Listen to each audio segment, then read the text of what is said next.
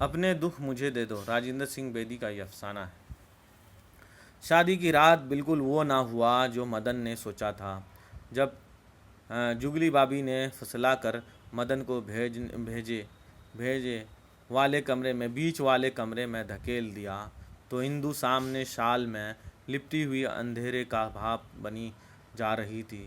باہر جگلی بھابی، دریا آباد والی پھوپھی اور دوسری عورتوں کی ہنسی رات کے خاموشی پانی میں مصری کی طرح دھیڑ دھیڑ کھل رہے تھی۔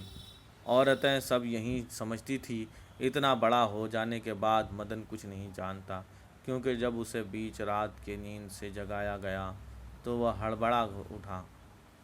ہڑبڑا رہا تھا۔ کہاں کہاں لے جا رہے ہو مجھے؟ ان عورتوں سے اپنے دن میں بیت چکے تھے۔ پہلی رات کے بارے میں ان کے شریر شوہر نے جو کچھ کہا اور مانا تھا اس کو گونج تک ان کے کانوں سے باقی نہ رہی تھی۔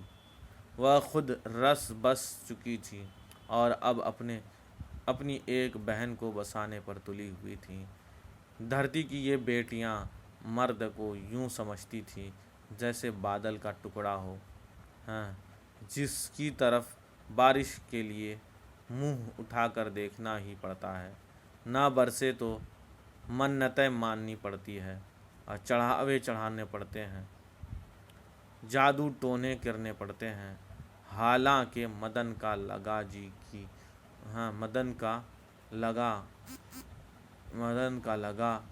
جی کی اس نئی آبادی میں گھر کے سامنے کھلی جگہ پر پڑا اسی وقت کا منتظر تھا۔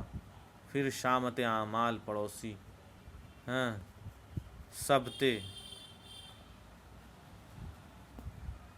سبتے کی بھینس اس کی گھاٹ ہی کے پاس بندھی تھی، جو بار بار پھنکارتی ہوئی مدن کو سونگھ لیتی اور وہ ہاتھ اٹھا اٹھا کر اسے دور رکھنے کی کوشش کرتا۔ ایسے میں بھلا نیند کا سوال ہی کیا تھا؟ سمندر کی لہروں اور عورتوں کے خون کو رشتہ بنانے والا چاند ایک کھڑکی کے راستے اندر چلا آ رہا تھا۔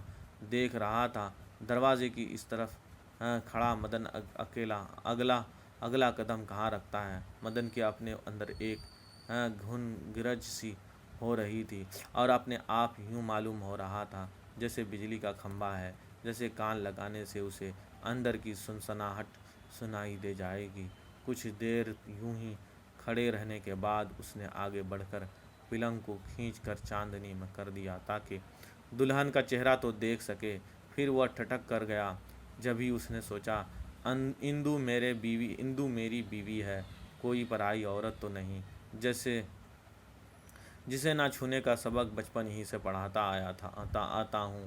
شالوں میں لپٹی ہوئی دلہن کو دیکھتے ہوئے اس نے فرض کر لیا تھا یہاں اندو کا منبع ہوگا، اور جب ہاتھ بڑھا کر اس نے پاس بیٹھ گھڑی کو چھوا تو وہیں اندو کا منہ تھا۔ مدن نے سوچا تھا وہ آسانی سے مجھے اپنا آپ نہ دیکھنے دے گی، لیکن اندو نے ایسا کچھ نہ کیا، جیسے پچھلے کئی سالوں سے وہ بھی اس لمحے کی منتظر ہو اور کئی خیالی بھینس کے سونگتے رہنے سے اسے بھی نیند نہ آ رہی ہو۔ غائب نیند اور بند آنکھوں کا قربہ اندھیرے کے باوجود سامنے پھڑپڑاتا ہوا نظر آ رہا تھا۔ ٹھوری تک پہنچتے ہوئے عام طور پر چہرہ اور ہونٹ کے بیچ ایک سایہ دار خو سی بنی ہوئی تھی، جیسے وہ دو سبز شاداب ٹیلوں کے بیچ ہوتی ہے۔ ماتھا کچھ تنگ تھا، لیکن اس پر سے ایکائک اٹھنے والے کھنگر والے بال جبھی اندو نے اپنا چہرہ چھڑا لیا، جیسے وہ دیکھنے کی اجازت تو دیتی ہو لیکن اتنی دیر کے لیے نہیں۔ آخر شرم کی بھی تو کوئی حد ہوتی ہے۔ مدن نے اسے ذرا سخت ہاتھوں سے یوں ہی سوں ہوں ہاں کرتے ہوئے دلہن کا چہرہ پھر سے اوپر کو اٹھایا اور شراب کی سی آواز میں کہا، اندو کچھ ڈر سی گئی۔ زندگی میں پہلی بار کسی اجنبی نے اس کا نام اس انداز میں پکارا تھا، اور وہ اجنبی کسی خدائی حق سے رات کے اندھیرے میں آہستہ آہستہ اس کی اگلی بے یار و مددگار عورت کا اپنا ہوتا رہا تھا۔ ہندو نے پہلی بار ایک نظر اوپر دیکھتے ہوئے پھر آنکھیں بند کر لی اور اتنا سا کہا، جی۔ اسے خود اپنی آواز کسی پاتال سے آتی ہوئی سنائی دی۔ دیر تک کچھ ایسا ہی ہوتا رہا، پھر ہولے ہولے بات چل نکلی، اور اب جو چلی سو چلی۔ وہ تھمتے ہوئے ہی نہ آتی تھی۔ ہندو کے پتا، ہندو کی ماں اور ہندو کے بھائی، مدن کے بھائی بہن، باپ اور ان کے ریلوے میل سروس کی نوکری، اس کے مزاج، کپڑوں پسند، کھانے کی عادت، سبھی کچھ کا جائزہ لیا جانے لگا۔ بیچ بیچ میں مدن بات چیت توڑ کر کچھ اور ہی کرنا چاہتا تھا، لیکن ہندو طرح دے جاتی تھی۔ انتہائی مجبوری اور لاچاری میں مدن نے اپنی ماں کا ذکر چھیڑ دیا، جو اسے 7 سال کی عمر میں چھوڑ کر دختی مرض سے چلتی بنی تھی۔ جتنی دیر زندہ رہی بیچاری، مدن نے کہا، بابو جی کے ہاتھ میں دوائی کی شیشیاں ہی رہی۔ ہم اسپتال کی سیڑھیوں پر جھوٹا باشی گھر میں جوٹی کی بل پر سوتے رہے۔ آخری دن 24 مارچ کی شام مدن چپ ہو گیا۔ 28 مارچ اس کی ماں مرتی ہے۔ 28 مارچ کی شام مدن چپ ہو گیا۔ چند ہی لمحوں میں وہ رونے سے ذرا ادھر ذرا ادھر پہنچ گیا۔ ہندو نے گھبرا کر مدن کا سر اپنی چھاتی سے لگا لیا۔ اس رونے نے پل بھر میں ہندو کو بھی اپنے پن سے ادھر اور بھیگا پن نے اسے پہنچا دیا۔ مدن ہندو کے بارے میں کچھ اور بھی جاننا چاہتا تھا، لیکن ہندو نے اس کے ہاتھ پکڑ لیے اور کہا، میں تو پڑھی لکھی نہیں ہوں جی۔ میں بھی نے ماں باپ دیکھے ہیں، بھائی اور بھائیاں دیکھی ہیں، بیسیوں اور لوگوں کو دیکھے ہیں، اس لیے میں کچھ سمجھتی بوجھتی ہوں۔ میں اب تمہاری ہوں، اپنے بدن میں تم سے ایک ہی چیز مانگتی ہوں۔ روتے وقت اور اس کے بعد بھی ایک نشہ سا تھا۔ مدن نے کچھ بے صبری اور کچھ دریا دلی سے ملے جلے شبدوں سے کہا، کیا مانگتی ہو؟ تم جو بھی کہو گی میں دوں گا۔ پکی بات، ہندو بولی۔ مدن نے کچھ اتاولے ہو کر کہا، ہاں کہو جو پکی بات۔ لیکن اس بیچ میں مدن کے من میں ایک وسوسہ آیا، میرا کاروبار پہلے ہی مندہ ہوگا۔ اگر ہندو نے کوئی ایسی چیز مانگ لی جو میرے پہنچ ہی سے باہر ہو تو پھر کیا ہوگا؟ لیکن ہندو نے مدن کے سخت اور پھیلے ہوئے ہاتھوں کے اپنے ملائم ہاتھوں میں لیتے ہوئے کہا، سمیٹتے ہوئے اپنے گالوں پر رکھتے ہوئے کہا، تو تم اپنے دکھ مجھے دے دو۔ مدن سخت حیران ہوگا، ساتھ ہی آہستہ سے اپنے آپ پر سے ایک بوجھ سا اترتا ہوا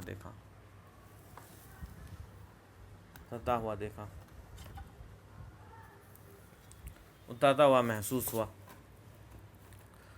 ہوا۔ اس نے پھر چاندنی میں ایک بار ہندو کا چہرہ دیکھنے کی کوشش کی، لیکن وہ کچھ جان پایا۔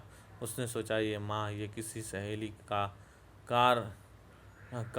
کاٹا ہوا فقرہ ہوگا جو ہندو نے کہہ دیا۔ جبھی ایک چلتا ہوا آنسو مدن کے ہاتھ سے پشت پر گرا۔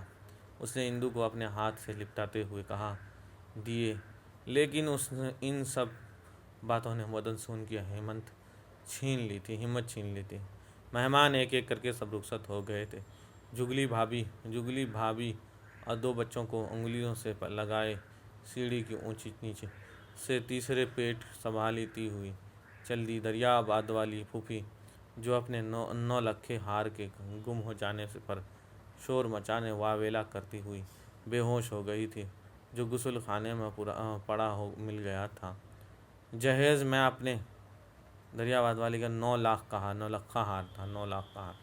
یاد رہے کہاں غسل خانے میں جہیز میں اپنے حصے کی 3 کپڑے لے کر چلی گئی تھی۔ پھر چچا گئے، پھر جن کو ان کے جے پی ہونے کی خبر تار کے ذریعے سے مل گئی تھی، جو شاید بدحواسی میں مدن کے بجائے دلہن کا منہ چومنے لگے تھے۔ گھر میں بوڑھے باپ رہ گیا تھا، چھوٹے بہن بھابھی، چھوٹی دلاری تو ہر وقت دلاری اس کی بہن ہے، دلاری تو ہر وقت بھابھی کے بغل میں ہی میں گھسی رہتی۔ گلی محلے کی کون سی عورت دلہن کو دیکھنے یا نہ دیکھے تو کتنی دیر دیکھے، اور یہ سب اسی کی اختیار میں تھا۔ آخر یہ سب ختم ہو اندو آہستہ آہستہ پرانے ہونے لگی، لیکن کالکا جی کی اس نئی آبادی کو لوگ آج بھی آتے جاتے مدن کی سامنے رکھ جاتے اور کسی بھی نہانے سے اندو چلے آتے اور اندو انہیں دیکھتے ہی ایک دم گھونگھٹ کھینچ لیتی، لیکن اس چھوٹے سے وقفے میں انہیں جو کچھ دکھائی دے جاتا وہ بنا گھونٹ کے دکھائی ہی نہیں دے سکتا تھا۔ مدن کا کاروبار گندے پروزے کا تھا۔ مدن کا کاروبار یہ پچھلی بار آیا تھا۔ مدن کا کاروبار گندے پروزے کا تھا۔ کہیں بڑی سپلائی والے 2-3 جنگلوں میں چڑھا اور دیوار کے پیڑوں کی جنگل کی آگ نے آ لیا تھا اور وہ دھڑ دھڑ چلتے ہوئے خاک سیاہ ہو کر رہ گئے تھے۔ میسور اور آسام کی طرف یاد رہے، میسور آسام کا ذکر آیا، آسام کی طرف منگوایا ہوا پروزہ، میسور اور کہاں سے گندو بروزے کہاں سے منگاتا تھا؟ میسور اور آسام کی طرف سے منگوایا ہوا بروزہ مہنگا پڑتا تھا۔ کہاں کا؟ میسور اور بنگال کا بروزہ مہنگا پڑتا تھا۔ کہاں کا آسان پڑتا تھا؟ آئیے دیکھتے ہیں۔ مہنگا پڑتا تھا اور لوگ اسے مہنگے داموں میں خریدتے پھر تیار نہ ہوتے تھے۔ ایک تو آمدنی کی کم ہو گئی تھی، دوسرے پر مدن جلدی ہی دکان اور اس کے ساتھ والا دفتر بند کر کے گھر چلا آتا۔ گھر پہنچ کر اس کی ساری کوششیں یہی ہوتی کہ سب کھائیں پئیں اور اپنے اپنے بستر میں دبک جائیں۔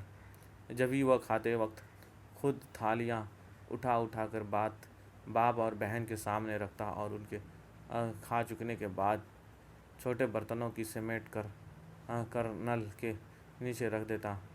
سب سمجھتے بہو بھابھی نے مدن کے کان سے کچھ پھونکا ہے اور آج وہ گھبرا کر کام کاج میں دلچسپی لینے لگا ہے۔ مدن سب سے بڑا تھا، کندن اس کا چھوٹا اور پاشی سب سے چھوٹا۔ کندن اور پاشی یاد رکھے، کندن اور پاشی سب سے چھوٹا تھا، دلاری بھی تھا۔ کندن اور پاشی سب سے چھوٹا بھائی تھا۔ جب کندن بھابھی کی سواگت میں سب کے ایک ساتھ بیٹھ کر کھانے پر اصرار کرتا تو باپ دھنی رام رہتا ہے، ڈانٹ دیتا، کھاؤ تم، وہ کہتا وہ بھی کھا لیں گے۔ پھر وہ رسوئی میں ادھر ادھر دیکھنے لگتا۔ جب بہو کھانے پینے سے فارغ ہو جاتی اور برتنوں کی طرف متوجہ ہوتی تو بابو دھنی رام، یاد رہے بابو دھنی رام باپ کا نام ہے، نام سے روکتے ہوئے کہتے، رہنے دو بہو، برتن صبح ہو جائیں گی۔ اندو کہتی ہے، بابو جی وہ بھی کہہ دیتے ہوں، چھپا کے صحیح۔ تب بابو دھان رمی ایک لرزتے ہوئے آواز میں کہتے، مدن کی ماں ہوتی تو بہو تو یہ سب تمہیں نہیں کرنے دیتی۔ اندو دم بھر میں ہاتھ روک لیتی۔ چھوٹا پاشی بھابھی سے شرماتا اس خیال سے کہ دلہن کی گود پھٹ سے ہری ہو تو۔ جگلی بھابھی اور دریا آباد والی پھوپھی نے ایک رسم میں پاشی کی اندر کی گود میں ڈال لیا تھا۔ جب سے اندو سے یہ صرف دیوار بن کے اپنا بچہ سمجھنے لگی تھی، جبھی سے وہ پیار سے پاشی کو اپنے بازو میں لینے کی کوشش کرتے تو وہ گھر اٹھتا اور اپنے آپ میں چڑھ کر 2 باتیں دریافت کر لیتا۔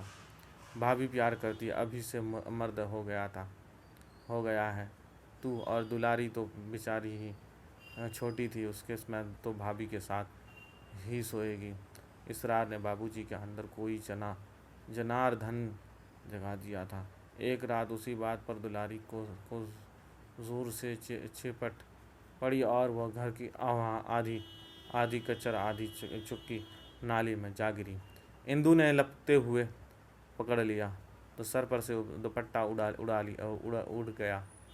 بالوں کی پھول اور چڑیا، مانگ کا سفید سندور، کانوں کے گرن پھول سب ننگے ہو گئے۔ بابو جی، اندو نے سانس کھینچتے ہوئے کہا، ایک ساتھ دلاری کو پکڑتے اور سر پر دوپٹہ اوڑھتے ہوئے اندو کے پسینے پوچھتے گئے۔ اس ماں کے بچی کو چھاتی سے ساتھ لگائے ہوئے اندو نے اسے ایک بستر میں سلا دیا۔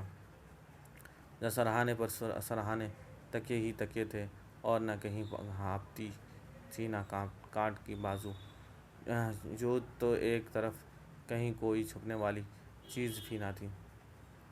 پھر اندو کی انگلیاں دلاری کے پھوڑے ایسے سر پر چلتی ہوئی اسے دکھ بھی رہی تھی اور وہ مزے بھی دے رہی تھی۔ دلاری کے کانوں پر پڑے اور پیارے سے گڑے پڑے تھے۔ اندو نے اس کے گڑھوں کو جائزہ لیتے ہوئے کہا، ہائے رے منی، تیری ساس میرے کیسے گڑھ پڑ رہے ہیں تیرے گالوں پر۔ منی نے منی ہی کی طرح کہا، گڑھے تمہارے بھی تو بڑے ہیں بھابھی۔ ہاں منو، اندو نے کہا اور ایک ٹھنڈا سانس لیا۔ مدن کو کسی بات پر غصہ نہ تھا اور وہ پاس ہی کھڑی سب کچھ سن رہا تھا۔ بولا، میں تو کہتا ہوں کہ ایک طرف سے اچھا ہی ہے۔ اس طرف سے اچھا ہی ہے۔ کیا اچھا ہی ہے؟ مدن جب حقائق کی دنیا میں آیا تو آنسو پوچھتے ہوئے اپنے آپ رونے پر ہنسنے لگا۔ ادھر اندو ہنس تو رہی تھی لیکن اس کی ہنسی دبی دبی تھی۔ بابو جی کے خیال سے وہ بھی کچھ اونچی آواز میں یہ ہنسی تھی جیسے کھلکھلاہٹ کوئی ننگا پن ہے۔ خاموشی، دوپٹہ اور دبی ہنسی، ایک گھونگھٹ، اور پھر مدن نے اندو کا ایک خیالی بت بنایا اور اسے بیسیوں باتیں کر ڈالی، یوں اس کے پیار کا جیسے ابھی تک نہ کیا تھا۔ یہ پھر اپنی دنیا میں لوٹا جیسے اسے ساتھ کا بستر خالی تھا۔ اس نے ہولے سے آواز دی، اندو، اور پھر چپ چاپ ہو گیا۔ اسے ادھیڑ پن میں وہ پرانی دوستانی نندیاں اور اسے لپیٹ گئی۔ ایک اونگ سی آئی، لیکن ساتھ ہی یوں لگا جیسے شادی کی رات والی پڑوسی سبتے کی بھینس پڑوسی سبتے کی بھینس اسی میں ہے، اپنے دکھ میں جدو سبتے کی بھینس کے پاس بھنکارنے کی لگی ہوئی ہے، اور ایک ہلکی سی عالم میں اٹھا۔ پھر رسوئی کی طرف دیکھتے ہوئے سر کھجاتے ہوئے 2-3 جمائی ہی لے کر لیٹ گیا، سو گیا۔ مدن جیسے کانوں کی کوئی سندھ ویسا دیکھی سویا تھا جیسے اندو چڑیاں بستر کی سوائیں درست کرنے کے لیے خنک اٹھی تو وہی ہڑبڑا کر اٹھ بیٹھا۔ یوں ایک دم جاگنے میں محبت کا جذبہ اور بھی تیز ہو گیا تھا۔ پیار کی کروٹوں کی توڑے بغیر آدمی سو جائے اور ایکائیکی اٹھے تو محبت دم توڑ دیتی ہے۔ مدن کا سارا بدن اندو کے آگ سے بھڑک رہا تھا اور یہی اس کے غصہ کا کارن بن گیا تھا۔ جب اس نے آنکھیں کھولے ہوئے اندھیرے میں کہا، سو تم آ گئی؟ ہاں منی